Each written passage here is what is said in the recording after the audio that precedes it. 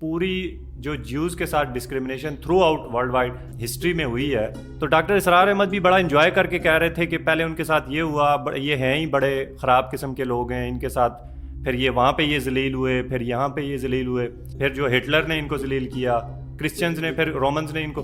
علماء کو کچھ اچھے انداز میں چیزیں نہیں بیان کرنی چاہیے تاکہ لوگ پولرائز نہ ہوں، ایک دوسرے کے خلاف ان میں نفرت نہ پیدا ہو، آپ کے خیال میں؟ سورہ بنی اسرائیل کے پہلے رکوع میں آپ جب پڑھیں گے نا تو وہاں اللہ تعالیٰ نے ان کو کہا ہے ان کے بارے میں، پیشن کو یہ قرآن کے اندر، کہ یہ زمین پہ 2 دفعہ فساد مچائیں گے، اور جو آج ہو رہا ہے وہ ایسا لگتا ہے جو آج جنگ ہو رہی ہے، جو بھی چل رہا ہے معاملہ، وہ مجھے ایسا لگتا ہے کہ جیسے قرآن نے جو کہا ہے وہ بالکل ابھی کے بارے میں کہا ہے۔ مسلمانوں کا نہ یہ قبلہ اول ہے اور نہ مسلمانوں کا وہاں پہ زیادہ حق ہے، یہ صرف اور صرف عالمگیریت والا ایک کنسیپٹ ہے کہ سارے لوگوں کو اسلام قبول کر لینا چاہیے، ساری جگہ ہماری ہونی چاہیے۔ یہ ویسے ہی ہمیں لوگوں نے ٹرک کی بتی کے پیچھے لگایا ہوا ہے، کوئی قبلہ اول نہیں ہے، ہمارا کوئی حق نہیں ہے اتنا زیادہ مسجد اقصیٰ اور یروشلم پہ۔ پہلی بات تو یہ کہ اللہ کے نبی کے دور میں یہ مسجد تھی ہی نہیں، وہاں وہ ایک چٹان تھی، اور نہیں تھی، ایک چٹان کے اوپر ہے وہ، کہ وہاں پر وہ سرزمین تھی، خالی زمین تھی، اور وہ جو مسجد اقصیٰ کہتے ہیں دور کو، جیسے سورہ یاسین کے اندر اقصی المدینہ کا لفظ ہے۔ اس کے بعد اب جو قبلہ اول کہتے ہیں، تو پہلی بات تو یہ کہ وہ مجھے اس روایت سے بھی اختلاف ہے، وہ اگر دیکھا جائے تو دین کے ساتھ ایک مذاق ہے۔ اگر آپ دنیا کا نقشہ دیکھتے ہیں نا، قبلہ اول ہے ہی نہیں وہ، آپ یہ کہہ رہے ہیں۔ قرآن کیا کہہ رہا ہے؟ قرآن ان اول بیت وضع للناس،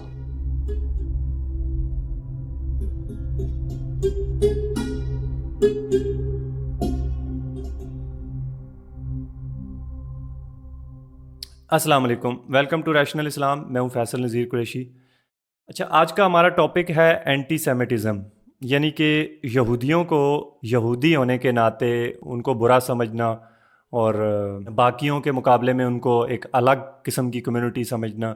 یہ صرف جو مسلم سوسائٹیز ہیں اس میں ہی نہیں بلکہ throughout worldwide day one سے ہی ان کے ساتھ یہ ہوتا ہے۔ بیبلونین امپائر ہو، رومنز ہوں، اس کے بعد پھر وہی بائزنٹینینز ہوں، یعنی کہ ہر ایک نے اپنے حصے کی ڈسکریمنیشن یہودیوں کے لیے اپنے دور میں کی۔ تو ہماری سوسائٹی میں، پاکستان میں اگر ہم دیکھتے ہیں تو پہلے تو بات یہ ہے کہ یہاں پہ جیوز پاپولیشن بالکل زیرو ہے، میرے نالج کے مطابق بالکل زیرو ہے، اگر کوئی ہوگا تو زیرو کے برابر ہی ہے۔ تو یہاں پہ بھی آپ نے چند ماہ پہلے آپ نے ایک ٹی وی شو میں، جاوید چودھری کے ٹی وی شو میں ایک دیکھی ہوگی، بڑی وائرل گئی تھی، 2 جو ہے پولیٹیشینز آپس میں لڑنا شروع ہو گئے تھے، ان میں سے ایک بڑے ٹک ٹاک وائرل شیر افضل مروت صاحب اور عفنان اللہ پی ایم ایل این کے۔ تو ایک صاحب نے دوسرے کو کہا کہ اوئے تم کسی یہودی کے بچے ہو، اور اس کے بعد پھر وہ فائٹ شروع ہو گئی کہ تم ہوگے بڑے یہودی کے بچے۔ آپ اندازہ لگائیں کہ ایک سینیریو اگر ہم کریٹ کریں کہ آپ کسی جگہ پہ ہوں اور 2 یہودی یا کوئی بھی دوسری کمیونٹی کے لوگ آپس میں لڑ رہے ہوں اور آپ پاس کھڑے ہوں، اور وہ ایک دوسرے کو کہہ رہے ہوں اے تم کسی مسلمان کے بچے ہو، اور جس کو وہ کہہ رہا ہو وہ آگے سے اس کو چپیڑے مارنا شروع کر دے، وہ ان دونوں پہ کیا گزرے گی اس کو تو تھوڑی دیر کے لیے چھوڑ دیں، لیکن آپ پہ کیا گزرے گی؟ یعنی کہ آپ کو یہ لگے گا کہ یار یہ تو بڑا ایک، جس طرح کسی کو گدھے سے منسوب کر کے گالی دیتے ہیں یا کسی اور جانور سے، اس کو جس طریقے سے یعنی کہ شو کیا جاتا ہے وہ ایک گالی کے طور پہ۔ تو آج ہم اس بارے میں بات کریں گے کہ اینٹی سیمیٹزم کی وجہ کیا ہے، یعنی کہ یہ جو یہودیوں سے نفرت کا ایک ٹرینڈ ہے یہ ہوتا کیوں ہے۔ تو میرے ساتھ منصور عباس صاحب ہوں گے۔ السلام علیکم منصور عباس صاحب۔ وعلیکم السلام ورحمۃ اللہ وبرکاتہ۔ اچھا سر، یہ مجھے آپ بتائیے گا کہ جس طرح سے ایک کرسچن بلیف کے اندر کچھ کرسچنز جو بہت ہی زیادہ ایکسٹریم ریلیجیس یا آرتھوڈاکس تھے، ان کو یہ لگتا تھا کہ جو جیوز ہیں، جو یہودی ہیں، انہوں نے رومنز کی ہیلپ کی حضرت عیسیٰ علیہ السلام کو۔ لوگ یہ اعتراض کرتے ہیں کہ عیسیٰ نہ کہیں، حضرت مسیح علیہ السلام کو کروسیفائی کرنے میں ان کے پاس ایک اسٹرانگ ریزن تھا جیوز سے نفرت کرنے کا، جو کہ غلط ہے لیکن ایٹ لیسٹ تھا ان کے پاس ایک ریزن۔ اسلام میں ایسی کون سی اسٹرانگ ریزن ہے کہ ہم یہودیوں سے نفرت کریں؟ کیا اسلام اس طرح کی چیزیں سکھاتا ہے ہمیں؟ نہیں، اسلام نے تو خیر کسی سے بھی نفرت کرنے کا درس نہیں دیا ہے، بلکہ اسلام جو ہے وہ اس کا مطلب ہی جو ہے سلامتی ہے، اور امن اور سلامتی ہے، اور اب جو ایمان کہتے ہیں اس کا مطلب تو امن ہی ہوتا ہے۔ تو اسلام نے تو خیر ایسا کچھ نہیں کہا۔ یہ آپ البتہ یہ کہہ سکتے ہیں کہ یہ ریٹیلیشن ہے، یہ کہ جس طرح وہ مسلمانوں کے ساتھ انہوں نے کیا تو اس کا مطلب یعنی منافرت کہہ لیں اس کی وجہ سے ہے. ہاں پولیٹیکل اس میں ایشو ہے یہ، ورنہ اسلام نے کبھی منع نہیں کیا، کیونکہ یہ معاملہ اللہ کا ہے کہ اس کو سزا اور جزا کا، تو ہم کون ہوتے ہیں؟ اور نہ ہی اسلام میں کہیں کوئی حوالہ قرآن میں ملتا ہو کہ ہمیں جو ہے نا، ہاں اللہ تعالیٰ نے ان کے بارے میں کیا کہا ہے یہ اپنی جگہ اٹل ہے کہ اللہ نے ان کی تعریف بھی کی ہے، اور ایک جگہ اللہ نے ان کو لیٹ ڈاؤن بھی کیا ہے اور ریزن بھی بتایا ہے. جس طرح وہ قرآن سورہ بقرہ کے اندر بڑی مشہور بات ہے، اللہ تعالیٰ کہتا ہے یا بنی اسرائیل اذکروا نعمت التی انعمت علیکم، اے بنی اسرائیل یاد کرو نعمتوں کو جو ہم نے تم کو عطا کی یا تم کو دی. اور پھر آگے کہا اوفو بعہدی و اوفی بعہدکم، کہ تم اپنے عہد پورا کرو میں اپنا عہد پورا کروں گا. وہ یا فرحون، اور مطلب یعنی تم مجھ سے ڈرو. اب ہوا کیا کہ وہ مسئلہ تھا عہدوں کا، کہ اللہ نے جو بھی ان سے عہد لیا تھا انہوں نے کہا تھا کہ پورا کریں گے، لیکن وہ بد عہدی کی.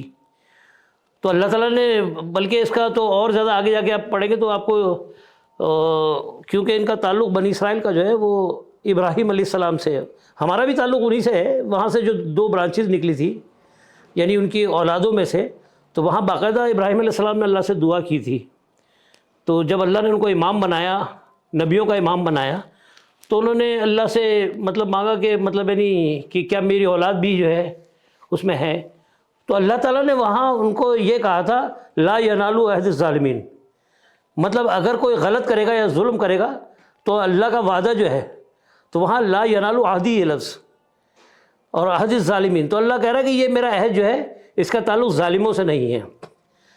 اب ان کے بارے میں قرآن جیسا اللہ کا حکم تھا لا تفسدوا فی الارض کہ زمین فساد مت مچاؤ، اور ان کا آپ دیکھ لیں کہ مستقل جو ہے یہی کرتے آ رہے ہیں، اور مطلب اس کا ریٹیلیشن ہے. میں تو یہ کہوں گا کہ اگر جس کے ساتھ اگر کوئی زیادتی ہوتی ہے، جیسے بھی آپ نے کہا نا کہ گالی لفظ گالی، اور یہ حقیقت ہے کہ جب کسی سے نفرت ہوتی ہے لیکن تو وہ اس کی جو شخصیت بھی گالی بن جاتی ہے. فساد والی بات ہے وہ تو زائنزم نہیں ہے وہ، اور جو ایکچوئل جیوز ہیں، جو اچھے جیوز ہیں، وہ تو اس کی مخالفت کرتے ہیں زائنزم کی، جو ان کے اندر بھی جو ہے اسٹیٹ آف اسرائیل اور پھر گریٹر اسرائیل. نہیں ان میں بھی فرقے ہیں نا، ان میں بھی فرقے ہیں، بلکہ ان میں بھی 4 فرقے ایک طرف اور ایک فرقہ ایک طرف. جس طرح یہاں مسلمانوں میں 4 ایک طرف اور اہل تشیع ایک طرف ہے اور 4 ایک طرف اہل سنت والے، اسی طرح ان کے اندر بھی سامری جو ہے اس کا درجہ وہی ہے جو اہل تشیعوں کا ہے وہاں، کہ وہ ان کو نہیں مانتے، یہ ان 4 کو نہیں مانتے، یہ ان کو نہیں مانتے.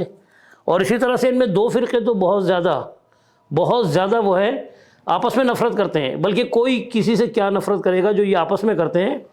جس میں آرتھوڈکس ہے، جن کو آپ یہ کہہ لیں کہ مطلب یعنی راسخ العقیدہ، ایک وہ ہو گئے راسخ العقیدہ، اور دوسرے جو زائنسٹ ہے یہ تو اشکنازی، جو اسرائیل میں جن کا جو ڈیوڈ اسٹار والے، تو اشکنازی سے وہ اتنی نفرت کرتے ہیں، اتنا مسلمان اور عیسائی نہیں کرتے. اور آپ نے بالکل صحیح کہا کہ نفرت عیسائیوں والی بات جو آپ نے کی تھی نا، وہ تو اینٹی کرائسٹ کہتے ہیں ان کو. ہاں اینٹی کرائسٹ. وہ ایک حدیث ہے کہ وہ ایک پتھر کے پیچھے چھپیں گے اور وہ پتھر بھی بول پڑے گا، اور ایک درخت کے پیچھے چھپیں گے، یعنی کہ قیامت کے نزدیک جب مسلمان ان کو مار رہے ہوں گے تو ان کی لڑائی ہوگی آپس میں، تو ایک پتھر کے پیچھے چھپیں گے. تو وہ صحیح حدیث ہے. یہ اس بارے میں آپ کیا کہتے ہیں؟ یہ حدیث کیا یہ فورجڈ ہے یا کیا ہے؟ دیکھیں اصل میں آپ کو بتاؤں، کچھ روایتیں جو ہے وہ اسرائیلی روایتیں ہیں، ٹھیک ہے، جو ان کو فروغ دیتی ہیں. بہرحال قرآن کے اندر تو کچھ ایسا نہیں ہے. اب اگر آپ یہ کہتے ہیں کہ یہ بات لکھی ہوئی ہے تو یہ ان کی کتابوں میں بھی ہے. جیسے وہ بھی قرآن کے ساتھ وہ تلمود پڑھتے ہیں نا، وہ جیسے ہمارے یہاں قرآن کے ساتھ ہم حدیث پڑھ رہے ہوتے ہیں، لگا رہے ہوتے ہیں، تو ان کے ساتھ تورات کے ساتھ ان کے پاس بھی تلمود لگی ہوئی ہے. تو یہ تلمود کا واقعہ، تلمود میں بھی اس کا ذکر ہے. اور بلکہ وہ تو آج کل وہ غرقد کے درخت جو ہے نا وہ کثرت سے لگا بھی رہے ہیں وہاں پر، وہ اس کی کاشت بھی شروع کر دی انہوں نے. تو اس کا مطلب یہ واقعہ وہاں سے ہے. اچھا پھر ایک بات آپ کو میں اور بتاتا ہوں اسی حوالے سے، کہ قرآن نے جہاں ان کی تعریف کی ہے نا کہ نعمتیں دی، اللہ نے ان کو نعمتوں سے نوازا، اور ہاں یہ مطلب ایک طرح سے یہ چوزن پیپل تھے گاڈ کے. ہاں فضلتکم علی العالمین کہا ہے نا اللہ نے کہ فضیلت دی عالم پہ، پورے جہاں پہ فضیلت دی. اور پوری دنیا میں حقیقت ہے کہ اگر آپ دیکھیں گے نا تو یہ بات بھی سچ ہے کہ ترقی بھی انہوں نے ہی کی ہے سب سے زیادہ، اور نالج بھی ان کے پاس زیادہ ہے دنیاوی حساب سے. جتنے بڑے سائنٹسٹ ہیں سب انہی کے اندر ہیں. اور جتنے نوبل پرائز جو ملے ہیں وہ کن کو ملے؟ یہودیوں کو ہی ملے زیادہ تر. تو یہ بھی اپنی جگہ اٹل ہے بات. اور دوسری طرف یہ بھی اٹل ہے، فساد والی بات ہے. یہ سورہ بنی اسرائیل کے اندر اگر آپ دیکھیں گے نا پہلے رکوع میں، تو وہاں پر ایک بات بڑی حیرانی کی ملتی ہے کہ غور کرو نا، دونوں باتیں سامنے آ رہی ہیں. جو آپ کا سوال تھا نا نفرت والا، مجھے ابھی وہ آیت یاد آ گئی. سورہ بنی اسرائیل کے پہلے رکوع میں آپ جب پڑھیں گے نا تو وہاں اللہ تعالیٰ نے ان کو کہا ہے ان کے بارے میں، پیشن گوئی ہے قرآن کے اندر، کہ یہ زمین پہ 2 دفعہ فساد مچائیں گے. اور جو آج ہو رہا ہے وہ ایسا لگتا ہے کہ جو آج جو بھی جنگ ہو رہی ہے، جو بھی چل رہا ہے معاملہ، وہ مجھے ایسا لگتا ہے کہ جیسے قرآن نے جو کہا ہے وہ بالکل ابھی کے بارے میں کہا ہے. وہاں پر لفظ ہے وَقَفَيْنَا إِلَىٰ بَنِي إِسْرَائِيل فِي الْكِتَابِ. ہاں کہ یعنی اللہ تعالیٰ نے ان کی کتاب کے اندر، ابھی ان کی کتاب کی بات ہو رہی ہے، کتاب کے اندر جو ہے نا اللہ تعالیٰ نے متنبع کر دیا ہے لَتُفْسِدُنَّ فِي الْأَرْضِ مَرَّتَيْنِ، کہ لازمی 2 مرتبہ زمین پہ فساد مچائیں گے. پھر وَلَا تَعَلُّنَّ عَلُوٌّ کبیر، اور یہ بڑی سرکشی دکھائیں گے. اب یہ سورہ بنی اسرائیل یہی ہے، اس کے اندر جو پیشن گوئی ہے یہ بھی اللہ کی طرف سے قرآن میں. ایک طرف تو اللہ نے یہ کہا ہے کہ ان کو نوازا ہے، منو سلوا ان کے لیے آتا رہا، ٹھیک ہے، اور اللہ تعالیٰ نے ان کو وہاں سے بچایا جب فرعون نے نسل کشی کی تھی، تو وہ ان کے فساد کی وجہ سے تھا، ان کی کرتوت کی وجہ سے تھا. تو یہ جس طرح کی اچھا اس کے اندر دیکھیں ان کی نسل کشی وہاں پر ہوئی ہے پہلی مرتبہ. تو یہ مرتین کا لفظ ہے یہاں، مطلب 2 مرتبہ. تو ایک دفعہ اللہ تعالیٰ نے موسیٰ علیہ السلام کے ذریعے ان کو بچا لیا تھا، لیکن پھر اللہ ہی کہہ رہا ہے کہ یہ 2 مرتبہ کریں گے. تو یہ کچھ اشارہ ملتا ہے کہ ان کی گھٹی میں یہ شامل ہے، انبیاء کے ساتھ زیادتی کرنا، ان کو قتل کرنا. جی اس پہ تھوڑا سا مجھے یعنی کہ ایک طرح سے نا اعتراض ہے، کیونکہ اسلام میں مجھے نہیں پتہ لوگ کس طریقے سے چیزوں کی تشریح کر لیتے ہیں. ڈاکٹر اسرار احمد، میں ان کی ویسے تو بہت رسپیکٹ کرتا ہوں، وہ بھی اس کہانی کو اس طریقے سے بیان کر رہے تھے کہ پہلے دن ان فرعونوں نے ان کے ساتھ زیادتیاں کی، پھر بیبلونینز نے کی، رومنز نے کی. وہ ایک طرح سے اس کو انجوائے کر کے یعنی کہ مجھے لگا کہ وہ ایک اس پوری جو جیوز کے ساتھ discrimination throughout worldwide history میں ہوئی ہے، اس کو وہ ڈاکٹر اسرار احمد بھی نا ایک اچھے انداز میں پیش کر رہے تھے، اس وجہ سے کہ وہ جو کر رہے ہیں ابھی پیلسٹینینز کے ساتھ. اب ضروری تو نہیں ہے کہ وہ یہ جیوز تھے اور وہ ان کے باپ دادا تھے، بڑے تھے، تو ان کا کوئی کردار ہے اس کے اندر، یہ تو پولیٹیکل ریزن ہے. تو ڈاکٹر اسرار احمد بھی بڑا انجوائے کر کے کہہ رہے تھے کہ پہلے ان کے ساتھ یہ ہوا، یہ ہیں ہی بڑے خراب قسم کے لوگ ہیں، ان کے ساتھ پھر یہ وہاں پہ یہ ذلیل ہوئے، پھر یہاں پہ یہ ذلیل ہوئے، پھر جو ہٹلر نے ان کو ذلیل کیا، کرسچنز نے، پھر رومنز نے ان کو. تو یہ یعنی کہ علماء کو کچھ اچھے انداز میں چیزیں نہیں بیان کرنی چاہیے تاکہ لوگ پولرائز نہ ہوں، ایک دوسرے کے خلاف ان میں نفرت نہ پیدا ہو. آپ کے خیال میں؟ آپ نے بالکل صحیح کہا کہ میں نے شروع میں ہی کہا تھا کہ ہمیں مطلب یعنی نفرت کا اسلام نے کوئی درس نہیں دیا کسی بھی مذہب سے، کسی بھی مذہب سے، چاہے وہ مشرکین مکہ جو تھے وہ بھی اسلام لے کر آئے. جب اسلام میں جو لوگ داخل ہوئے وہ کون تھے؟ مطلب مشرکین مکہ ہی تو تھے جو اسلام لے کر آئے تھے. تو اگر ہم کسی سے نفرت کریں گے تو کیا وہ دین کی دعوت کی طرف آئے گا؟ اور ایسا نہیں ہے کہ ایسا نہیں ہے کہ ان میں بھی مسلمان نہیں ہوئے، ان میں بھی اللہ تعالیٰ نے قرآن میں ہی ذکر کیا ہے کہ جس ٹائم ان کو فرعون سے اللہ تعالیٰ نے نجات دلائی تھی تو کیا سارے گمراہ تھوڑی ہوئے تھے، ان میں اچھے بھی تھے. ڈاکٹر اسرار صاحب کے مطابق یہ اسلام نبی پاک صلی اللہ علیہ وسلم کے ظہور سے پہلے یہ سارے لوگ مسلمان تھے، عیسائی اور یہودی، وہ بھی حق پہ تھے. لیکن جب نبی پاک صلی اللہ علیہ وسلم آئے ان پہ انہوں نے ایمان نہیں لایا، تو پھر وہ جو ہے وہ ایسٹرے ہو گئے، یعنی کہ گمراہ، یا جو بھی کہہ لیں. یہ تو اسلامک بلیو ہے. نہیں دیکھیں، میں بتاتا ہوں کہ شروع میں جتنے بھی انبیاء کی جو دعوت ملتی ہے، ٹھیک ہے، تو انبیاء کی دعوت کسی مذہب کی تھوڑی ہوتی ہے، وہ تو ایک ہی دین کی ہوتی ہے. ابراہیم علیہ السلام کا طریقہ جو ہے وہ یہودیوں میں بھی ہے، عیسائیوں میں اور ہم میں بھی ہے، تینوں کے اندر وہی طریقہ ملا. اب جو تبدیلیاں ہوتی رہی، بہرحال وہ اس کے بعد اللہ تعالیٰ نے وہ دوسروں کو اللہ تعالیٰ نے دے دی سلطنت، جو بھی اقتدار یا طاقت اللہ نے جیسے یہودیوں کی طاقت تھی پہلے، اس کے بعد جب انہوں نے سرکشی کی تو اللہ تو قادر، اللہ تعالیٰ نے پھر جو ہے یہ دعوت کا کام جو ہے عیسائیوں کو دے دیا۔ پھر جب ان میں تو شروع میں تو وہ بھی صحیح تھے، جو یہودی تھے تو وہ بھی شروع میں صحیح تھے، جس طرح اللہ تعالیٰ کہتا ہے اکثرهم لا یعقلون، اکثریت کا مخلوق یہ ہے، لیکن عقلیت اس میں بھی موجود ہوتی ہے اچھوں کی۔ رہ گئی بات اب یہ جو ہاں آپ نے بات اچھی کی کہ نفرت کا جو ہے نا، ہم کون ہوتے ہیں کہ نفرت کرنے والے کسی سے؟ اگر بلکہ میں تو کہوں گا کہ اگر ہٹلر نے ان کے ساتھ کیا تو غلط کیا، تو ہٹلر نے جو کیا تو وہ کوئی اچھا کام تھوڑی کیا کہ ان کو جو ہے وہ یعنی برہنہ کر کے مطلب قید میں ڈالا، اور پھر ان کو بہت زیادہ ظلم ہوا۔ مطلب افسوس ہوتا دیکھ کے کہ انسان کے ساتھ تو انسان جانور کے ساتھ بھی ایسا ظلم نہیں ہوتا کہ جس طرح انہوں نے کیا کہ ان کو کیمیکل میں ڈال کے اور پلانٹ بنایا ان کے لیے کہ ان کو ڈسٹرائے کر کے ان کے جسموں کو پھر کھاد میں کنورٹ کر رہے۔ تو یہ سب یعنی انتہائی بھی مذمت کرنی چاہیے، آپ یہ ہاں بالکل مذمت کرنی چاہیے کہ جو چیز غلط ہے وہ غلط ہے۔ میں آپ کو ایک بات بتاؤں، اس ٹائم تو مسلمانوں کو کا کوئی سلسلہ ہی نہیں بنتا تھا۔ کس ٹائم کی بات کر رہا ہوں میں؟ پہلے کی، جب یہ عیسائیوں کے ساتھ ان کی جب چلی تھی، اس ٹائم تو مسلمان نہیں تھے۔ ہاں ہٹلر کے دور میں تو چلو مسلمان تھے، تو اب ہمیں اس پہ خوشی نہیں منانا چاہیے، غلط چاہے کسی کے ساتھ بھی ہو وہ غلط ہے، اور اسلام نے ہمیں کوئی ایسا نہیں حکم دیا کہ ہم کسی کا مذاق اڑائیں یا تضحیک کریں۔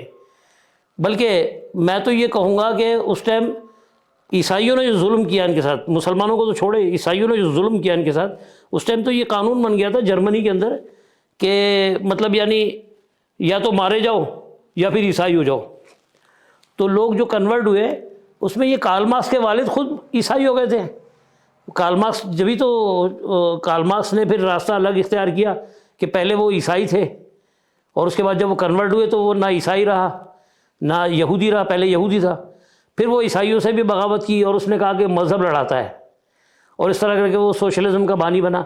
تو یہ کوئی مطلب نہیں، اگر دیکھا جائے تو انہوں نے بھی برا کیا ان کے ساتھ، یہ نشانہ بنتے رہے۔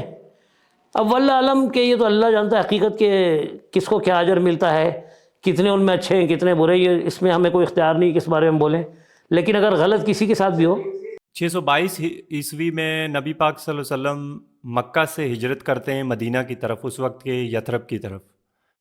تو کیونکہ کفار مکہ جو قریش تھے وہ بہت زیادہ یعنی کہ مظالم وغیرہ کر رہے تھے مسلمانوں پہ، اور ان کے لیے جگہ تنگ ہو گئی تھی وہاں پہ، تو اس وجہ سے ان کو کرنی پڑی ہجرت یثرب کی یعنی مدینہ کی طرف۔ مدینہ میں مسیحی اور یہودی آباد تھے زیادہ تر، تو ان یہودیوں اور عیسائیوں نے نبی پاک صلی اللہ علیہ وسلم کو وہاں پہ ویلکم کیا، رہنے کی جگہ بھی دی۔ جو عبداللہ ابن ابی تھا وہ ان کا ایک بڑا بندہ تھا، اس کو لوگ کہتے ہیں کہ وہ بڑا رئیس المنافقین ہے، یہ وہ۔ بہرحال وہاں پہ ان لوگوں نے آپس میں ایک ٹریٹی بھی کی کہ جو قریش ہیں، قریش پیگنز ہیں، وہ ہم پہ اگر حملہ کریں گے تو ہم مل کے اس کا مقابلہ کریں گے۔ یہ کیوں؟ بالکل توحید پہ عمل کرنے والے لوگ تھے۔ تو وہاں پہ بعد میں کچھ ہو گیا ٹریٹی میں مسئلہ، یعنی کہ کچھ مسائل ہونا شروع ہو گئے مسلمانوں کے اور جیوز ٹرائبز کے، یعنی کہ بنو قریظہ ہو گیا، بنو قنیقہ، ان کے ساتھ مسلمانوں کے، کیونکہ انہوں نے جو ٹریٹی کی تھی اس ٹریٹی کی خلاف ورزی انہوں نے کرنا شروع کر دی۔ کسی نے کسی کی چادر کھینچ دی، ٹرینچ والی وار سے واپس آتے ہوئے ایک انصار کے بندے کو کسی نے دھکا دے دیا، یعنی کہ چھوٹے موٹے پولیٹیکل ریزنز، اس کی بنا پہ ان کے آپس میں یعنی کہ ہو گئے جھگڑے۔ میثاق مدینہ کی کچھ خلاف ورزی کی کچھ جیوز نے، اور اس کی وجہ سے بنو قریظہ کو اور دوسرے ایک اور یہودیوں کے قبیلے کو ایکسپیل کرنا پڑا، تقریباً ساروں کو ہی۔ لیکن نظریہ تھا یہودیوں کا اور مسلمانوں کا وہ اتنا زیادہ ڈفرینس نہیں تھا جتنا قریش مکہ کا تھا، یعنی کہ جو کفار مکہ تھے ان کی طرح تو یہ نہیں تھے نا۔ تو اس کی وجہ سے بھی لوگ جو ہے مسلمان اکثر، جو ڈاکٹر اسرار احمد بھی اس کو ایکسپلین کرتے ہیں کہ یہ انہوں نے ہمارے نبی کے ساتھ یہ کیا وہ کیا، اس کی بنا پہ فار ایور یعنی کہ ہم کسی ایک کمیونٹی کو ہیٹ کریں اور ہیٹریڈ اس کی طرف یعنی کہ رکھیں، تو یہ غلط نہیں ہوگا؟ نہیں بالکل غلط ہے کہ دیکھیں اصل میں ہاں اس کے بارے میں آپ کو ایک بات بتاؤں کہ مطلب یعنی دین جو ہے وہ عقل والوں کے لیے ہے، یہ قرآن میں لکھا ہوا ہے کہ تدبر کرنے والوں کے لیے اس میں ہے نشانیاں ہیں۔ تو اب یہ اگر ہم قرآن پہ بھی غور کرتے ہیں، کچھ روایتیں ایسی ہیں یا کچھ تاریخی مواد کچھ اس طرح کا ملتا ہے جو ہمیں قرآن سے بھی ہٹا دیتا ہے.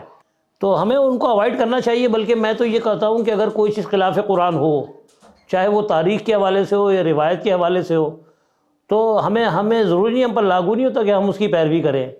اب کیونکہ یہ مذہبی ٹولے، میں تو کہوں گا مذہبی ٹولے بن گئے. جب آپس میں اتنا اختلاف ہے تو اکثر یہ کہتے ہیں کہ جی یہودیوں کی وجہ سے ہمارا دین بگڑ گیا.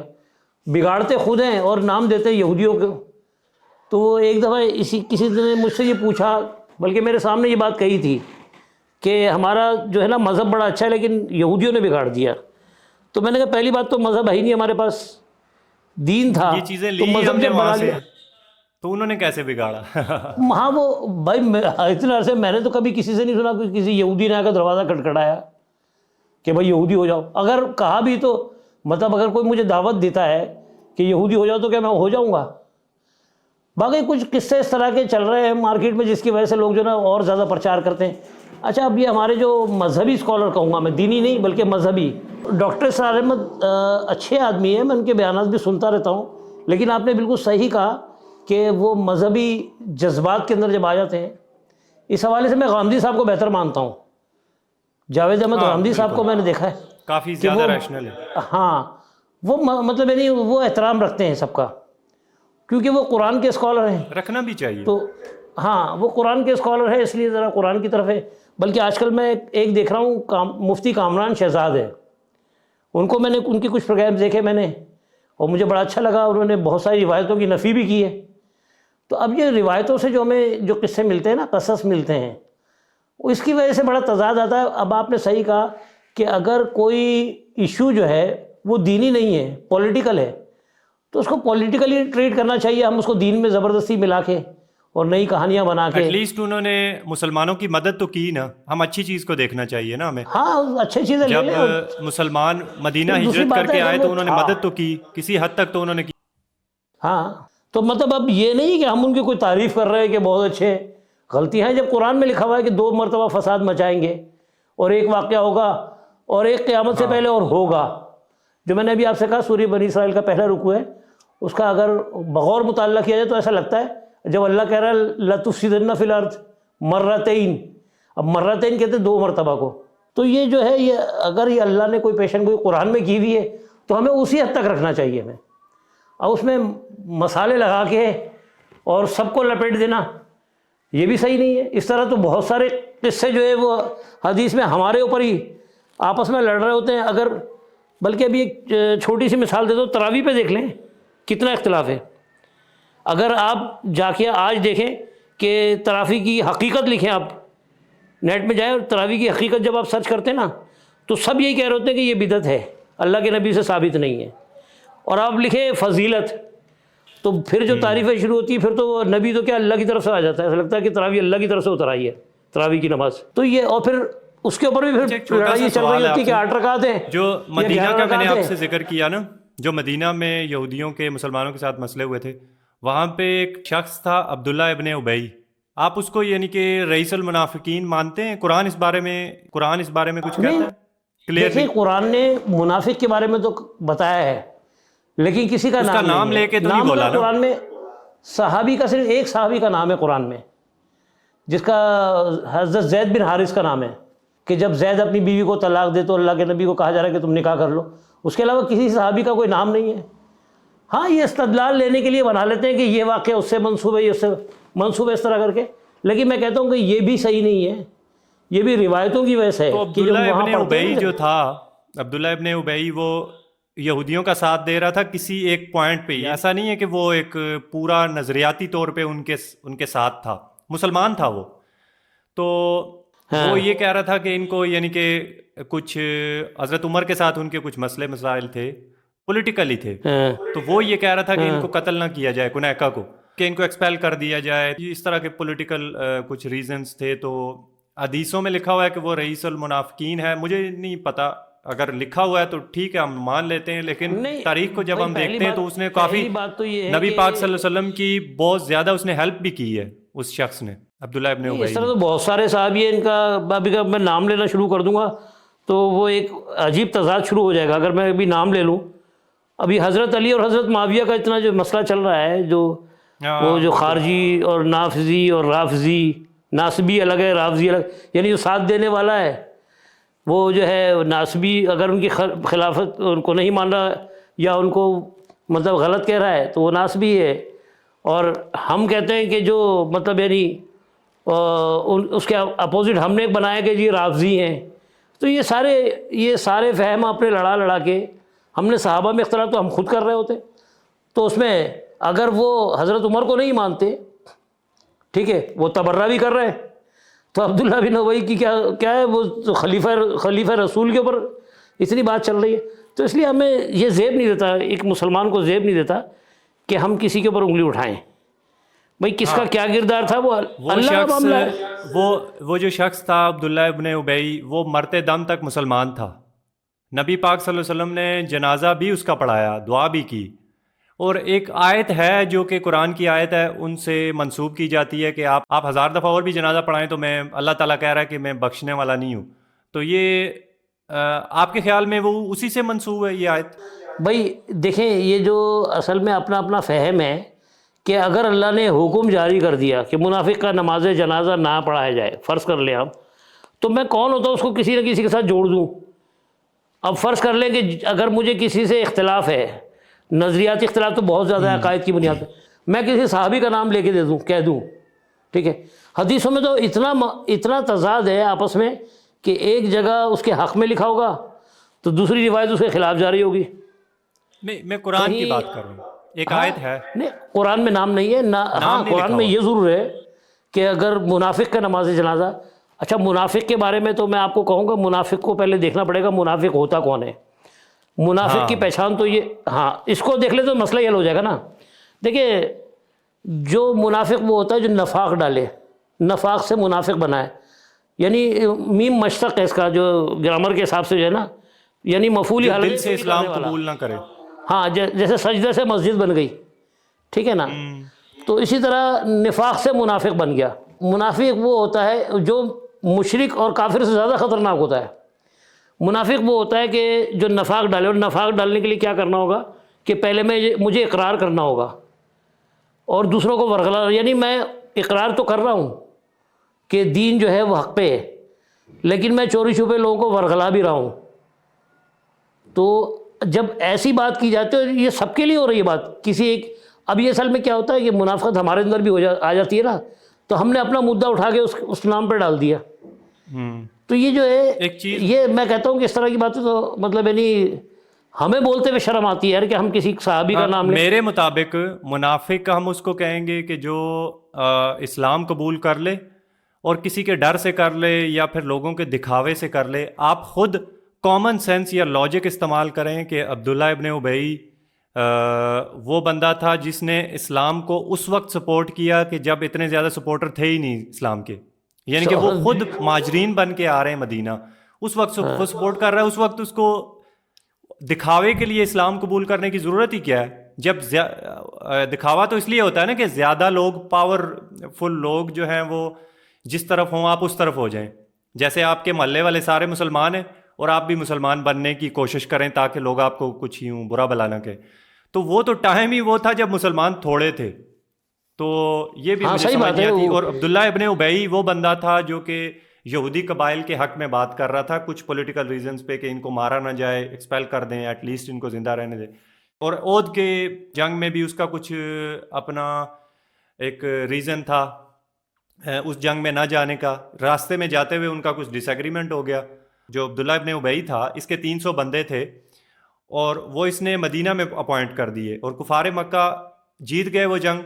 اور کفار مکہ مدینہ پہ ٹاؤن پہ آ کے انہوں نے قبضہ اس لیے نہیں کیا، جیتنے کے بعد بھی، جنگ جیتنے کے بعد بھی انہوں نے مدینہ پہ قبضہ اس لیے نہیں کیا اور مسلمانوں کو اور زیادہ قتل اس لیے بھی نہیں کیا کہ ان کو پتہ تھا کہ عبداللہ ابن ابی اپنے 300 بندے لے کے بیٹھا ہوا ہے وہاں پہ. کفار مکہ جنگ جیت رہے ہیں اور مدینہ پہ قبضہ بھی نہیں کر رہے، عہد کے میدان سے ہی واپس چلے گئے. عہد وہیں پہ ہے نا، تھوڑا سا دور ہے وہ مدینہ سے جو میدان ہے. نہیں آپ ایسے پوائنٹ اٹھانے چاہیے کہ ہم کم از کم اپنا احتیاط کریں بات کرنے میں، ہم کسی کے اوپر بہتان. میرا لاجیکل مائنڈ یہ نہیں مانتا کہ رئیس المنافقین ہے یا یہ ہے وہ ہے، کیونکہ حدیث میں اگر کہیں پہ لکھا ہوا ہے تو شاید مجھے نہیں پتا، لیکن اس نے مسلمانوں کی اور نبی پاک صلی اللہ علیہ وسلم کی بہت زیادہ اس انسان نے مدد بھی کی ہے. یہ اس میں کوئی، اور مرتے دم تک وہ مسلمان تھا، اس نے کبھی یہ نہیں کہا میں مسلمان نہیں ہوں. پولیٹیکل کچھ ڈفرینسز تھے اس کی. پہلی بات تو یہ ہے کہ ہم کلمہ گو کو ہم ویسے بھی ہم اس کے اوپر کوئی چارج نہیں لگا سکتے، کیونکہ جب کوئی دین میں داخل ہو جاتا ہے تو پھر اس کا معاملہ اور اللہ کا معاملہ ہو جاتا ہے. ہمیں کوئی اختیار نہیں کہ ہم اس سے نفرت کریں. اس طرح تو ابو موسیٰ اشعری کے ساتھ بھی یہ معاملہ ہے کہ حضرت علی کی اور ان کی نہیں بنی. تو اب اگر میں بولوں کہ اسلام کی نہیں بنی نا، نبی پاک صلی اللہ علیہ وسلم کی وفات کے بعد جو واقعات ہو رہے ہیں اس پہ ہم ان کو نہیں رئیس المنافقین، ہمیں کوئی وہ نہیں ہے. لیکن ایک شخص نبی صلی اللہ علیہ وسلم کے دور میں ہے. ہاں بالکل صحیح کہہ رہے ہیں آپ، اس دور میں ہے، وہ زیر تربیت ہے.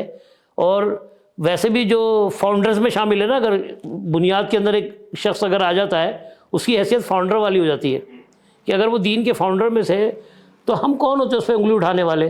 یہ اصل میں نظریاتی اختلاف جو مسلمانوں میں ہوا نا، تو بہت ساری روایتیں تو ایسی ہیں جن کا سر پیر نہیں ملتا.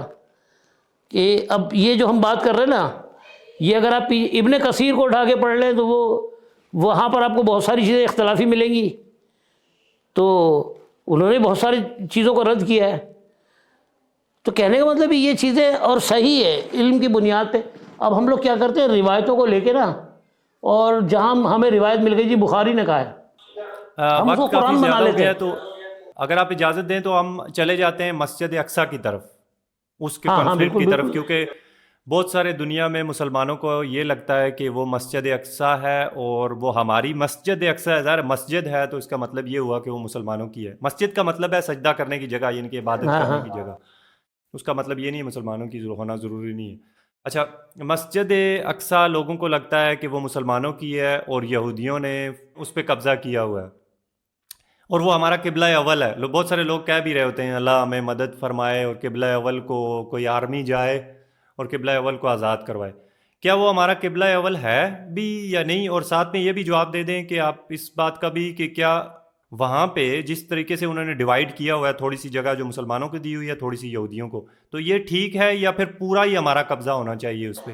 نہیں، ایک کس کا حق زیادہ ہے؟ ہاں، پہلی بات تو یہ کہ یہ جو سرزمین ہے، اب تھوڑی دیر کے لیے میں اس کو یروشلم کہہ دیتا ہوں. یہ اس خطے کے اندر، یا فلسطین کہہ لو یا یروشلم کہہ لو، یہ وہیں پر ہی ہے نا. مسجد اقصیٰ وہی ہے، اس سے ہٹ کے تو نہیں ہے نا. تو یہ جو مسجد اقصیٰ، پہلی بات تو یہ کہ اللہ کے نبی کے دور میں یہ مسجد تھی ہی نہیں وہاں. وہ ایک چٹان تھی. ہاں نہیں تھی، ایک چٹان کے اوپر ہے وہ. اچھا، اب اس کے اندر ہاں ایک مسجد حضرت عمر نے بنوائی تھی. سلمانی تھا، وہ بھی بیبلونینز نے توڑ دیا تھا شاید کہ وہ بخت نصر نے بھی حملہ کیا تھا جب ٹوٹا تھا. پھر وہ ٹائٹس کے زمانے میں ٹوٹا تھا جب رومیوں نے کیا تھا. تو اس کے بعد پھر اب یہ تھرڈ ٹیمپل بنا رہے ہیں نا. یہ تو ہاں، یہ تھرڈ ٹیمپل کی بات کرتے ہیں، یعنی تیسری دفعہ. تو کہنے مطلب یہ ہے کہ وہاں پر وہ سرزمین تھی، خالی زمین تھی. اور وہ جو مسجد اقصیٰ کہتے ہیں، تو اقصیٰ جو ہے نا، اقصیٰ کہتے ہیں دور کو. جیسے سورہ یاسین کے اندر اقصی المدینہ کا لفظ آیا ہے، ٹھیک ہے. اب یہ کہ ایک شخص جو ہے دور سے بھاگتا ہوا آیا شہر کے کنارے سے، تو وہاں لفظ ہے اقصی المدینہ. تو اب اگر کوئی یہ ترجمہ کرے کہ کسی مسجد کی بات ہو رہی ہے، اقصیٰ تو اس میں بھی لگا ہوا ہے. تو اقصیٰ کہتے ہیں دور کو. تو مسجد اقصیٰ یہ اس سینس میں کہ دور مسجد تھی. تو وہ مسجد جو ہے حضرت داؤد علیہ السلام کی سلطنت کے ٹائم پہ اگر وہ بن رہی ہے، اور حضرت سلیمان علیہ السلام، اس کے بعد حضرت سلیمان علیہ السلام اس کو مکمل کیا، لیکن بعد میں وہ ڈھا دی گئی تھی. جس میں ہیکل سلیمانی کو جب ڈھایا گیا تو اس میں وہ بھی تھی. اچھا، یہ واقعہ جو ہے اللہ کے نبی کے دور کا نہیں، اس سے پہلے کا ہے. اس کے بعد اب جو قبلہ اول کہتے ہیں، تو پہلی بات تو یہ کہ وہ مجھے اس روایت سے بھی اختلاف ہے. وہ اگر دیکھا جائے تو دین کے ساتھ ایک مذاق ہے. اگر آپ دنیا کا نقشہ دیکھتے ہیں نا، قبلہ اول ہے ہی نہیں وہ، آپ یہ کہہ رہے ہیں. نہیں، قرآن کیا کہہ رہا ہے؟ قرآن ان اول بیت وضع للناس، سورہ آل عمران کے اندر ہے. کعبہ کو کہہ رہا ہے اللہ تعالیٰ کہ پہلا قبلہ اللہ تعالیٰ کعبہ کو کہہ رہا ہے. تو اس کا مطلب ہے اللہ کی بات کو میں رد کر کے میں اس بات کو مان لوں جو روایتوں سے مل رہی ہے، قرآن کا انکار کر دوں. قرآن کی آیت ہے اولا بیت، پہلا وہی ہے، پہلا گھر. اور کہا بھی جا رہا ببکۃ مبارکہ وہدی للعالمین، للذی ببکۃ مبارک، ہاں ببکۃ مبارکہ وہدی، اللہ تعالیٰ نے اس کو پہلا گھر بھی کہہ دیا، مبارک بھی کہہ دیا. ٹھیک ہے، یعنی ہمارا مرکز، اللہ نے پہلا مرکز قرآن کو بتا دیا ہے. اب اگر میں یہ کہوں کہ نہیں پہلا مرکز وہ تھا، ٹھیک ہے، تو پھر تو یہ دوسرا ہو گیا، تو قرآن میں پہلا لکھا ہوا ہے، میں اس کو کہہ رہا ہوں کہ نہیں دوسرا ہے، ایک تو یہ غلطی ہے۔ اچھا اب آ جائیں، چلیں مسجد اقصیٰ کی طرف، اب ہم آ جاتے ہیں بیت المقدس کی بات کرتے ہیں۔ بیت کہتے ہیں گھر کو مقدس تقدیس والا، تو تقدیس اس کی یہ تھی کہ حضرت سلیمان علیہ السلام جو تھے وہ بھی پیغمبر تھے، اللہ کے رسول تھے، ہمارے لیے محترم ہیں، ٹھیک ہے۔ اب انہوں نے کوئی مسجد بنائی ہوگا، اس کا وجود نہیں تھا اللہ کے نبی کے دور میں، اس کی طرف منہ کر کے نماز پڑھنے کی جو بات کر رہے ہیں نا، بلڈنگ نہیں تھی اس کی، پاسبل ہی نہیں ہے نا۔ اگر مکہ میں ہوتا تو میں پھر بھی مان لیتا کہ بھائی چاروں طرف سجدہ کر رہے ہیں، ہو سکتا ہے وہ اس ڈائریکشن میں کھڑے ہوئے ہوں کہ وہ ادھر بھی منہ ہو گیا اور ادھر بھی منہ ہو گیا۔ یہ تو بات ہے مدینہ کی، یہ بات کرتے ہیں یہ مدینہ میں، یہ جو ہے نا حدیث میں آیا کہ وہ مدینہ میں تھے جب یہ قبلہ تحلیل ہوا ہے۔ تو مدینہ میں اگر آپ مدینہ کا نقشہ اٹھا کے دیکھ لیں کہ اگر کعبہ اس طرح پڑ رہا ہے تو وہ جو بیت المقدس جو جس کو یہ قبلہ اول کر رہے ہیں، وہ مسجد تو پیچھے پڑے گی پیٹ کے۔ اب اگر وہ مسجد پیچھے پڑ رہی ہے اور عصر کی نماز کے اندر جو ہے مطلب نماز کی حالت میں تحویل ہوا قبلہ، تو اگر اللہ کے نبی آگے نماز پڑھا رہے ہیں اور جب وہ رخ موڑیں گے تو آپ خود تصور کریں اس زمانے میں پیچھے عورتیں کھڑی ہوتی تھیں، سب سے پیچھے عورتیں ہوتی تھیں، اور اس کے بعد پھر مرد ہوتے تھے، پھر اللہ کے نبی آگے پڑھاتے تھے نماز۔ تو اگر وہ ڈائریکشن نماز میں چینج ہو رہی ہے تو اس کا مطلب ہے عورتیں آگے آ گئیں اور ہم ان کے پیچھے مرد ہو گئے اور سب سے پیچھے اللہ کے نبی ہو گئے۔ تو مطلب یہ کسی صورت ممکن نہیں ہے، مطلب یہ اگر آپ تصور کریں تو یہ ٹیلی نہیں ہوتا۔ وہی ریشنل اسلام والی بات ہے کہ اگر ہم اسلام کو ماننے کے لیے ہم دماغ کو فارغ کر دیں اور پھر اسلام کو مانیں تو پھر الف لیلا کی کہانیاں بھی صحیح ہیں، وہ پریوں کی کہانیاں سن لیں۔ مسلمانوں کا نہ یہ قبلہ اول ہے اور نہ مسلمانوں کا وہاں پہ زیادہ حق ہے، یہ صرف اور صرف عالمگیریت والا ایک کنسیپٹ ہے کہ سارے لوگوں کو اسلام قبول کر لینا چاہیے، ساری جگہ ہماری ہونی چاہیے۔ یہ ویسے ہی ہمیں لوگوں نے ٹرک کی بتی کے پیچھے لگایا ہوا ہے، کوئی قبلہ اول نہیں ہے، ہمارا کوئی حق نہیں ہے اتنا زیادہ مسجد اقصیٰ اور یروشلم پہ میرے نزدیک۔ ہاں بالکل فیصل، مجھے خوشی ہے کہ آپ اس طرح کے ایشوز اٹھاتے ہو۔ اگر یہ نہیں اٹھاؤ گے نا تو جو لوگ دین کو چھوڑ رہے ہیں، جو دین سے باغی ہوتے ہیں، الحاد کی طرف جاتے ہیں، ایتھیسٹ کہہ لیں، جو الحاد کی طرف جاتے ہیں، اس کا ریزن بھی یہی ہے کہ جب وہ یہ پڑھتے ہیں نا وہ جائیں یا پھر بھی، لیکن میرے ایک بیچارے وہ یہودی جن کو پوری دنیا میں یعنی کہ کسی نے جگہ رہنے کے لیے نہیں دی، وہ واپس اپنی جگہ پہ آئے اور ہم لوگوں نے کنکر کی تھی وہ، اور پھر وہاں پہ بھی ہم لوگ کہہ رہے ہیں کہ وہ جگہ بھی ہماری ہے، نہیں اصل میں تو اس سے پہلے تو ان کی تھی، اور پھر بھی وہ ڈیوائیڈ بھی اگر کر رہے ہیں، مسجد اقصیٰ کی جگہ بھی چھوڑ رہے ہیں اور ان کی جو عبادت کی جگہ ہے، تو ہمیں وہ بھی ایکسیپٹ نہیں ہے، ہم کہہ رہے ہیں پورا ہمیں دو۔ اچھا اس معاملے میں غلط کنسیپٹ ہے اس معاملے میں تو میں کہوں گا آپ غامدی صاحب کا نظریہ پھر مجھے بہتر لگتا ہے۔ ہاں ان کا نظریہ تو یہ، وہ کہتے ہیں، ایک آخری سوال ہے سر، دیکھیں نا جی اب آپ اس حساب سے دیکھیں کہ وہ مجھے کیوں بہتر لگ رہا ہے غامدی صاحب کا نظریہ بنسبت سب کے۔ اس کی وجہ یہ ہے کہ وہ جگہ جو ہے یروشلم کی، عیسیٰ علیہ السلام کی پیدائش یروشلم کی ہے، آج بھی ان کا سب سے بڑا چرچ بھی ہے وہاں پر موجود ہے، تو ان کے لیے بھی مقدس جگہ ہے وہ۔ اچھا ہیکل سلیمانی داؤد علیہ السلام کی وجہ سے مطلب یہودیوں کے لیے بھی مقدس ہے۔ اب رہ گئی مسجد اقصیٰ، اب وہ بھلے جس نے بنائی تھی، حضرت عمر نے بھی مسجد بنائی ہے وہاں، ایسا نہیں ہے، حضرت عمر کے زمانے میں اللہ کے نبی کی بات ہو رہی ہے، جب خلافت میں انہوں نے جب اسے اٹیک کیا تھا اس کے اوپر، تو انہوں نے عمر مسجد بنائی تھی وہاں۔ اچھا وہ اس حساب سے چلو ایک مسجد وہاں پر ہماری بھی ہے، میں اسی حوالے سے مان لیتا ہوں۔ تو اور دوسری بات یہ کہ اس سرزمین سے مطلب یعنی تینوں کا، ابراہیم علیہ السلام کی جتنی بھی اولادیں تھیں ان سب کا سلسلہ وہاں بنتا ہے، تو وہ جگہ مسلمانوں کے لیے بھی اہم ہے، یہودیوں کے لیے بھی اہم ہے اور عیسائیوں کے لیے بھی اہم ہے۔ تو ان کا مشورہ تھا، ان کا میں بیان سن رہا تھا غامدی صاحب کا، تو وہ تو یہ کہتے ہیں کہ جی جب وہ جب تینوں کے لیے اہم ہے تو اس کے اوپر تضاد ہونا ہی نہیں چاہیے، مطلب تینوں کو اختیار ہونا چاہیے کہ اقوام متحدہ کنٹرول سنبھالے کہ جی تینوں کی وہ جگہیں دے دے۔ اب جیسے اور اچھی بات ہے کہ ایک چیز پہ ہم متفق ہیں کہ ہم تینوں کے لیے وہ پاکستان میں نہیں کیا، ان میں کیا اپنے طریقے سے آپ جا کے عبادت کریں اور واپس آ جائیں۔ پاکستان کے اندر وہ ابھی جو کھولا ہے کرتارپور کا راستہ، تو سکھ آتے ہیں وہاں پر، سکھ یاتری آتے ہیں، ان کا حج ہو رہا ہے یہاں پر، تو اس میں ہمارا کیا جا رہا ہے؟ ہاں اب یہ رہ گئی بات یہودیوں کی، اب اس کو اگر ہم سکیڑتے ہیں موضوع کو تو ہم یہ کہہ سکتے ہیں کہ جی یہ تو ہو سکتا ہے کہ یہ فساد کا، کیونکہ اللہ کو فساد پسند نہیں ہے، اس کا حل یہی ہے کہ تینوں کو سیکیورٹی ہونی چاہیے وہاں، مسلمان جائیں وہاں اپنی عبادت گاہ میں، عیسائی جانا چاہتے ہیں اپنے وہ اپنے اس میں جائیں، اور یہودی اگر وہ دیوار گریا کے ساتھ لگے ہوئے تو وہ اس پہ. ہاں ابھی اس وقت جو ڈاکٹر اسرار احمد کا جو آپ کہہ رہے تھے نا، اس پہ مجھے یاد آیا ان کے بیان میں نے سنا کہ وہ اس طرح وہ اس کو یعنی اشتعال انگیز کچھ باتیں انہوں نے کی ہیں، اس میں کوئی شک نہیں ہے. انہوں نے کہا جی وہ مسجد انجوائے کر کے کہہ رہے ہیں کہ ان کو ذلیل کیا گیا، یہودیوں نہیں کو تو انہوں نے یہ بھی تو کہا ہے نا کیا گیا، یہ ہیں یہ ایسے پیدائشی ایسے ہیں. بھائی مسجد اقصیٰ کو ڈھانے کی بات انہوں نے کی ہے ابھی، ٹھیک ہے کہ مسجد. اب یہ کیا ہوگا کہ جتنے مسلمان ہیں اسے اشتعال پکڑیں گے. تھوڑی دیر کے لیے تصور کر لیں کیسا ہو جاتا ہے، ٹھیک ہے، تو مطلب نہیں وہ عالمی جنگ ہو جائے گی. مجھے یہ بتائیے کہ ابھی زیادہ پرانی بات نہیں ہے، وہ بابری مسجد والا واقعہ کتنا پرانا ہوگا؟ میرے خیال ہے ابھی 2 مہینے پہلے افتتاح ہوا ہے نا اس کا. وہ بھی رام مندر ہی گرایا تھا. رام مندر جو بنا ہے، میرا اندازے پوچھ رہا ہوں آپ سے کہ شاید 2 مہینے ہوئے نا اس کا افتتاح جو کیا انہوں نے. ہاں نہیں اس کو یہی کچھ اسی طرح ہوا. ہاں زیادہ عرصہ نہیں ہوا ہے. کون سا اشتعال پھیلا مجھے بتائیں، تو کیا ہو گیا اس پہ؟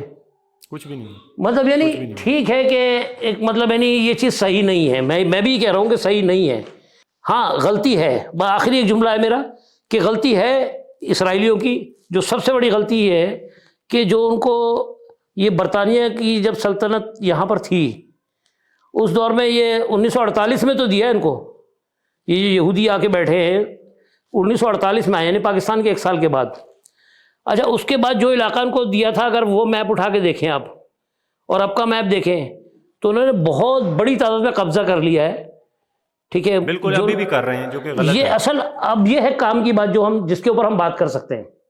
ہم تو کیا حق کو ماننے والے سارے مطلب سارے یہ بات کہیں گے کہ ہاں یہ پوائنٹ ہے دراصل ہم جو ان کا غلط ہے کی بات کر رہے ہیں نا، جو کہ اینٹی سیمیٹزم ہے وہ بھی غلط کر رہے ہیں. ایک ہم نے پروگرام کیا تھا کہ لوگ اسلام چھوڑ رہے ہیں، تو ہمارے جو ریڈیکل قسم کے ٹھیکیدار مولوی صاحبان ہیں وہ ہمیں برا بھلا کہہ کے کمنٹس کے اندر کہہ رہے ہیں کہ اسلام لوگ چھوڑ تو نہیں رہے جبکہ اسلام تو لوگ قبول کر رہے ہیں.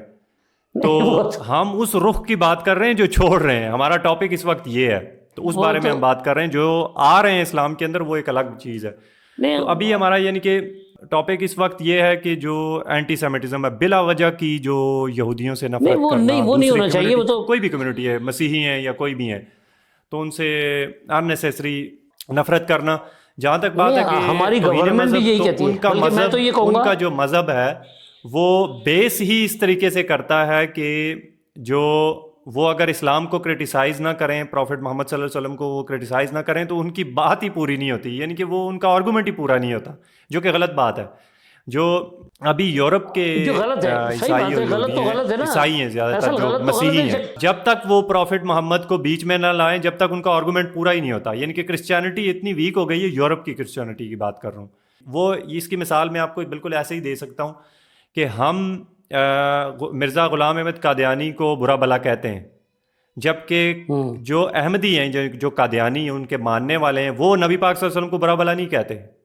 ہم اس کے نبی کو برا بھلا کہہ رہے ہیں، وہ ہمارے نبی کو برا بھلا نہیں کہتے، لیکن ہم پھر بھی کہہ رہے ہیں کیونکہ ان کا بلیف سسٹم ہی کچھ ایسا ہے کہ یہ موعود مہدی ہیں، وہ موعود مسیح ہیں، یا جو بھی کچھ ان کا کنسیپٹ ایک بلیف سسٹم ہے. وہ نبی پاک صلی اللہ علیہ وسلم کو بھی مان رہے ہیں، اپنے نبی کو بھی مان رہے ہیں جو ان کا ہے. اسی طرح سے ہم حضرت عیسیٰ علیہ السلام کو بھی مان رہے ہیں اور حضرت محمد صلی اللہ علیہ وسلم کو بھی مان رہے ہیں. اب ان کے لیے مسئلہ یہ پیش آ رہا ہے کہ وہ جب تک جو یورپ کے مسیحی ہیں زیادہ تر، وہ جب تک پروفٹ محمد صلی اللہ علیہ وسلم کو کرٹیسائز نہ کریں ان کی بات ہی نہیں پوری ہوتی. وہ اپنے مذہب کو سچا ثابت کر ہی نہیں سکتے کیونکہ یہ تھوڑے سے تضاد ہے ان کے بلیف ہمارے اور ان کے بلیف سسٹم میں. تو یہ ہمیشہ جو ہے وہ مائنڈ میں رکھنا چاہیے. اس وجہ سے کبھی بھی کسی سے نفرت آپ نہ رکھیں. کیونکہ وہ اپنے مذہب کو ڈیفینڈ کر رہا ہے، اس کو حق ہے جو بھی وہ کہہ رہا ہے اس کو کہنے دے. اچھا آخری منصور عباس صاحب آپ چھوٹا سا جواب اس کا دے دیں مختصر سا، کہ آپ مجھے بتا دیں کہ یہ سرخ گائے والا کیا معاملہ ہے، جو یہ یہودیوں کی سرخ گائے کی قربانی وغیرہ اس طرح کا میں نے آج کل ٹاپک دیکھا ہے انٹرنیٹ پہ. دیکھیں سرخ یہ جب وہاں موسیٰ علیہ السلام ان کو لے کر نکلے تھے وہاں سے، یعنی نجات دلائی تھی موسیٰ علیہ السلام نے فرعون سے ان کو، تو بیچ میں وہ مصر کے اور ان کے درمیان میں ایک پٹی جا رہی ہے، اگر نقشے میں بھی دیکھیں گے نا، جس کو پانی کو عبور کر کے وہ گئے تھے. یہ قرآن میں بھی ہے، تو میرے خیال بہت عام ہے یہ بات کہ فرعون غرق ہو گیا تھا اور یہ نکل گئے تھے وہاں، تو اس ٹیریٹری میں آئے تھے. تو یہاں پر دریا نیل. جی دریا نیل کی. اچھا وہ وہاں جا کے سکڑ جاتی ہے وہ، تو وہ راتوں رات وہ کراس کر گئے تھے، بہرحال وہ پار کر گئے تھے دریا وہاں سے. تو اس کے اوپر بلکہ میں آپ سے بعد میں بات کروں گا کہ یہ جو واقعہ جو ہے نا سورہ بنی اسرائیل میں اسٹارٹ میں پہلی آیت یہی ہے جس کو ہم دوسرے سینس میں لے کے آتے ہیں، خیر وہ الگ بات ہے بھی. تو یہ وہاں لے کے گئے تھے، تو جو حکم ہوا تھا تو وہاں پر جو فذبحوا بقرہ والی بات تھی کہ جو گائے کو ذبح کرو، ان کو جو کہا تھا، یعنی جو بھی ان کی بدعمالیاں تھی اس کے بدلے میں جو قربانی دینی تھی، کفارہ کہہ لیں آپ اس کو. تو وہ جو مصائب سے نکلے تھے، تو وہ مصائب سے نکلنے کے بعد کفارہ ادا کیا تھا. تو وہاں پر انہوں نے کئی سوال شروع کر دیے تھے اس پہ. تو وہ میں سمجھتا ہوں کہ بتانے کی ضرورت نہیں ہے، وہ سب کے علم میں ہے. یہ واقعہ جو ہے قرآن کے اندر ہے، سورہ بقرہ میں ہی ہے. تو کیسی ہونی چاہیے، رنگ کیسا ہونا چاہیے. تو اس کے اندر وہاں تھا کہ موسیٰ علیہ السلام نے کہا تھا کہ اس کا رنگ جو ہے سرخ ہو اور خوبصورت کلر، یعنی بھڑکیلا کلر جو دیکھنے والوں کو بھائے. تو وہ کفارے کی گائے تھی، اور وہ جو اس کو اس زمانے میں جو بھی قربانی تھی اس کو جلا دیا جاتا تھا. تو ان کو وہ گائے کا ان کے ذہن میں یہی ہے کہ اب یہ جو ہے یہ چاہتے یہی ہے کہ ان کا غلبہ ہو جائے، جیسے وہاں پر ان کو پھر اللہ تعالیٰ نے فرعون سے نجات دلائی تھی. میں نے انٹرنیٹ پہ کچھ ویڈیوز دیکھی ہیں، قربانی کر رہے ہیں وہ سرخ گائے کی. ہاں تو وہ اب تلاش ہو گئی ہے وہ. اچھا ان کا بھی ان کی کتابوں میں یہ ہے کہ آخری وقت میں یہ ہوگا، جیسے ہماری روایتوں میں آخری وقت میں مہدی آ رہے ہیں. عیسائیوں کے پاس عیسائیوں کے پاس مسیحا بن کے وہ آ رہے ہیں. ہمارا مسیحا مہدی ہو گیا، عیسائیوں کا بھی ایک مسیحا ہے جس طرح ان کا بھی ایک مسیحا ہے. تو اس ٹائم ان کو یہ بھی کرنا ہے، یعنی کتابوں میں لکھا ہوا ہے. تو یہ بس اس کو فالو کر رہے ہیں اور اس کی تلاش میں ہے کہ اگر وہ کریں گے تو ان کے اوپر اللہ کا رحم ہوگا، ورنہ جو ہے نا سب کچھ تباہ ہو جائے گا. بلکہ ان کے ایک مربی نے جو ہے، ابھی میں تھوڑا ہی عرصے پہلے دیکھ رہا تھا، تو اس کے بیان تھا، اس نے ایک بیان جاری کیا تھا جب یہ سب ادھر سے آ رہے تھے دوسرے ملکوں سے، یہ جو لڑائی شروع ہوئی ہے اس سے پہلے کی بات ہے. تو اس نے ٹوکا تھا مربی نے، اس کا تو یوٹیوب پہ آپ کو شاید وہ مل بھی جائے گا، مجھے یاد نہیں اس مربی کا نام. اس کا بیان تھا، اس نے کہا کہ مطلب یعنی ہماری کتابوں میں لکھا ہوا ہے کہ اکٹھا مت ہو، ایک جگہ مت ہو، یعنی دنیا میں پھیلے رہو. اگر سارے ادھر آ جائیں گے تو ہمارے پر زوال آئے گا، یعنی ہم تباہ ہو جائیں گے، ہم ختم ہو جائیں گے. تو یہ اعتراف ان کی کتابوں میں اس طرح کی باتیں لکھی ہوئی ہے. تو یہ لال گائے بھی ان کی کتابوں سے ہی ہے. تو وہ اپنا وہ کرنا چاہتے. حدیثوں میں ہمارے یہاں وہ ہے نا غرقت کا اور پتھر کا بھی آپ جو کہہ رہے تھے، ہمارے یہاں بھی کچھ روایتیں، میں تو اس کو اسرائیلی روایتیں کہتا ہوں، اور ان باتوں سے ہمارا کوئی دین کا کوئی لینا دینا نہیں ہے. بہرحال ٹھیک، چلیں بہت بہت شکریہ. آج کا ہمارا پوڈ کاسٹ کافی یعنی طویل ہو گیا ہے. تو آپ لوگوں سے میری یہ گزارش ہے کہ کسی بھی شخص کا، میں اگر مسیحی ہوں، یہودی ہوں، ہندو ہوں یا مسلمان ہوں، تو اس وجہ سے ہوں کہ میرے ابو تھے وہ، اس میں میرا کوئی قصور نہیں ہے، اور مجھے جو میرا دین ہے یہ ٹرو لگتا ہے، اس لیے میں اس میں ہوں. تو کوئی بندہ میرے اس کمیونٹی، میرے اس ریلیجن کی وجہ سے مجھے ڈسکریمنیٹ کر رہا ہو، مجھ سے نفرت کر رہا ہو، تو مجھے کتنا زیادہ برا لگے گا. ایک تو یہ ہے نا کہ میں کوئی کرائم کر رہا ہوں، کمٹ کر رہا ہوں، کوئی غلط برے کام کر رہا ہوں جو کہ قانون نے یا سوسائٹی نے منع کیے ہوئے ہیں، تو وہ میں اگر کر رہا ہوں تو اس وجہ سے کوئی مجھے نفرت کر رہا ہے، تو میرے پاس آپشن ہے وہ میں چھوڑ دوں. تو آپ جب کسی کمیونٹی کو اس کے مذہب کی وجہ سے، جس میں اس کا کوئی قصور نہیں ہے، اور آپ اس سے نفرت کر رہے ہیں، وہ آپ کے مذہب میں آئے کیوں؟ آنے والی دنیا یعنی کہ کیسی ہوگی آپ خود اس کا اندازہ لگا سکتے ہیں. بہت بہت شکریہ یہ پوڈ کاسٹ دیکھنے کا. انشاءاللہ اگلے ایپیسوڈ میں ملیں گے. اللہ حافظ.